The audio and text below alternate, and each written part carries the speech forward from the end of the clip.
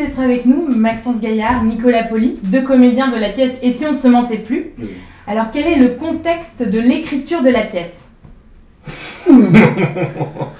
Alors, par où commencer? C'est l'un d'entre nous qui s'appelle Mathieu Ranou, alias Alphonse Allais, qui a eu l'idée de cette pièce en lisant les mémoires de Sacha Guitry. Il parle de son père, Lucien, et de ses 4 amis, Jules Renard, Alfred Capu, Alphonse Allais et Tristan Bernard. C'est une vraie histoire d'amitié. On se situe entre 1896 et 1905. En lisant ces mémoires, il a eu l'idée de nous proposer 4 autres comédiens élèves au sein du cours Jean Cochet, de raconter cette histoire. Ça, c'est le premier levier qui nous a donné envie de monter ce projet. Le deuxième, c'est Raphaël Cambrai, qui est aujourd'hui notre metteur en scène, qui était à l'époque notre professeur chez Jean-Laurent Cochet, et qui nous a invités en parallèle, sans trop savoir encore l'existence de cette idée-là, mais de travailler à plusieurs. Donc, ces deux leviers-là nous ont poussé pendant plus de 3 ans à l'écriture et au montage de cette pièce, Et si on ne se mentait plus, qui a été créée en juillet dernier, au Festival d'Avignon. D'accord. Et même si au départ c'était l'initiative d'une ou de 2 personnes, après, est-ce que vous avez fait des recherches individuelles pour construire votre propre personnage? Pendant 3 ans, en fait, quand ils ont commencé à écrire la pièce, tous on s'est plongé dans, que ce soit les mémoires ou dans les œuvres de nos personnages. Ce qui est intéressant, c'est que Mathieu, en lisant les mémoires de Sacha Guitry, a tout de suite projeté la distribution avant même l'écriture de la pièce. Et ça n'a pas bougé depuis.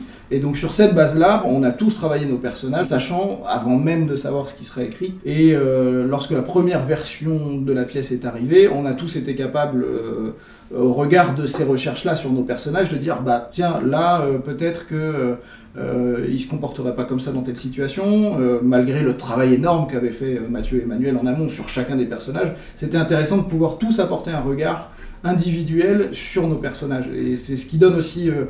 je crois un peu corps à cette pièce, c'est qu'il y a un peu de nous tous dans la construction globale du projet.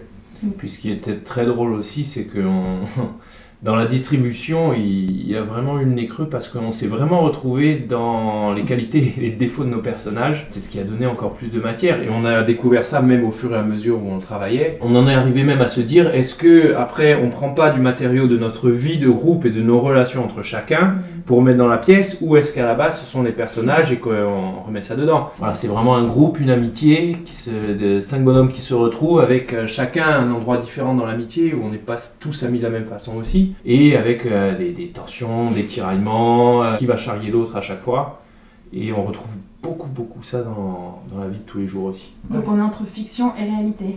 Complètement. C'est la réalité de leur amitié, tout est vrai dans la pièce, mais c'est vrai qu'aujourd'hui ça déteint un peu. Il y a eu quelque chose qui a rejoint un petit peu effectivement la réalité, et c'est aussi ça qui est intéressant dans la pièce, je crois. Aussi, la pièce aborde beaucoup de thématiques, donc l'amitié principalement, le mensonge, le talent, le bonheur, les femmes, l'argent, le rôle de l'auteur et celui des comédiens. Ouais. Qu'est-ce que vous voulez que le public retienne de la pièce? On s'est posé la question effectivement de tous ces ressorts dans l'écriture, ce qu'ont fait Mathieu et Emmanuel, de ce qui permet l'intrigue, ce qui permet de raconter cette histoire. Mais finalement, je trouve que ce qu'il y a de plus beau et de plus intéressant, c'est l'histoire d'amitié. C'est ce que tu as cité en premier. Et même le titre, Et si on ne se mentait plus, la question du mensonge est centrale, elle tourne autour de la réussite, du succès, de l'ambition, des femmes, de l'argent. Et puis c'est vraiment une histoire de... C'est une photographie de leur quotidien en fait. Comme il arrive dans un groupe on a croisé beaucoup de gens qui venaient à 5 copains et qui disaient mais c'est exactement ça, et c'est pas nécessairement un gros mensonge ou une affaire d'état, mais c'est au quotidien les petites choses qu'on y passe, qu'on pense et qu'on verbalise pas. Qu'est-ce qui se passe quand on dit pas la vérité à un ami, quand on la garde, quand sciemment on veut lui faire du mal, enfin c'est pas peine de m'engager comme ça. Et en fait ce qu'il en ressort, c'est que malgré tout ce qu'il peut y avoir, tout ce qu'on peut traverser, l'amitié grandit, et on a grandi ensemble en fait aussi. Et justement, comme vous l'évoquiez, vous étiez au Festival d'Avignon l'année dernière, et dès le 3e jour, vous étiez complet. Est-ce que vous vous attendiez à ce succès et au fait d'être reconduit au théâtre Tristan Bernard après avoir joué au théâtre Lucernaire? On l'espère, sans s'y attendre. Il y a 3 ans de travail en amont pour arriver à la première représentation, et on espérait pouvoir le jouer devant des gens, mais c'est vrai que on n'en savait absolument rien, et en même temps, on avait tâché de tout mettre en place pour que ça puisse arriver. Et c'est vrai que l'intérêt de ce métier, c'est quand même de le partager. Donc le succès, il est sans doute dû au travail en amont, mais à Avignon en tout cas, on sait comment ça fonctionne, on est allé les chercher dans la rue. Et puis donc, c'est la première fois qu'on jouait devant un public aussi à Avignon. On n'avait jamais joué à part en lecture, mais le projet monté entièrement, c'est la première fois que les gens découvraient la pièce. Donc mais pour nous aussi, c'était voilà, c'est impossible de prévoir ce genre de choses, mais par contre, il faut y croire, sinon on fait autre chose, quoi.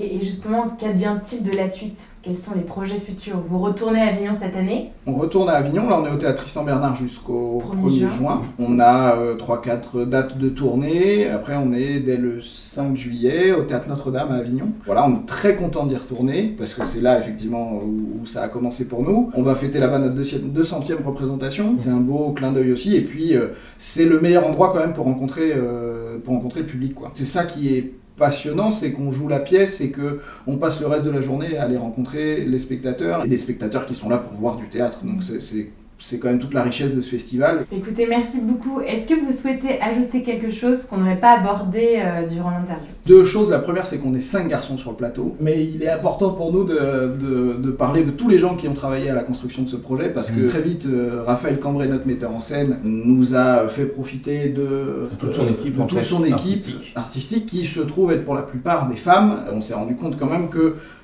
tout l'habillage de ce spectacle, qui repose sur le texte, mais aussi beaucoup sur toutes les compétences de tous les gens autour, passait par toute cette équipe, et donc c'est important pour nous de la mettre le plus possible en valeur, parce qu'on est parti de zéro, et qu'il fallait des gens qui nous soutiennent au début. Ils ont vraiment œuvré, mais jusqu'à Avignon, jusque même maintenant au Tristan Bernard ou pour les dates de tournée, ils sont encore avec nous pour nous aider à faire au mieux sur le spectacle. Et ça c'est rare, c'est très rare. C'est rare et c'est précieux, voilà.